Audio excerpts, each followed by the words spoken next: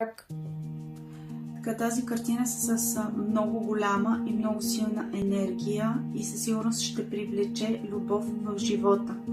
Но тази картина ще привлече голяма и щастлива любов. Това не означава, че може да привлече конкретно лице. Просто човекът, който ще има картината, винаги ще се чувства обичан.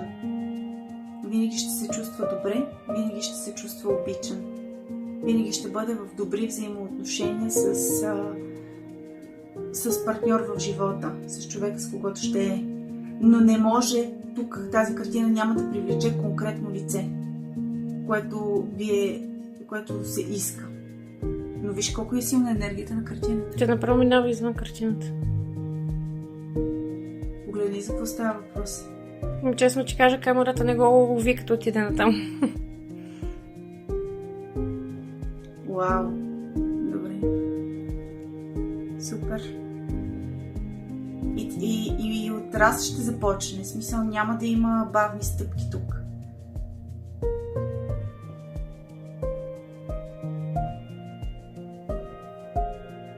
Добре, благодарим. Ски, за каква енергия си говорим?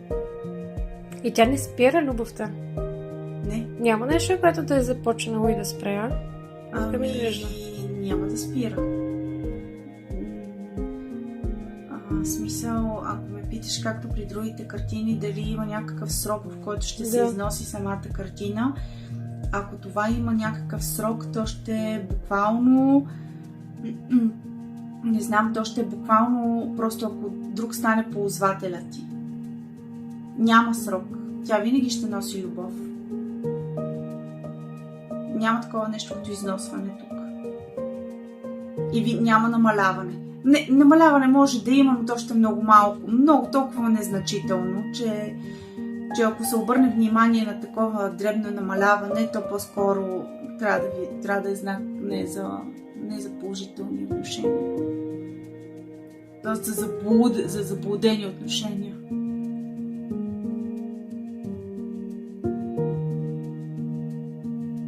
Добре, благодаря.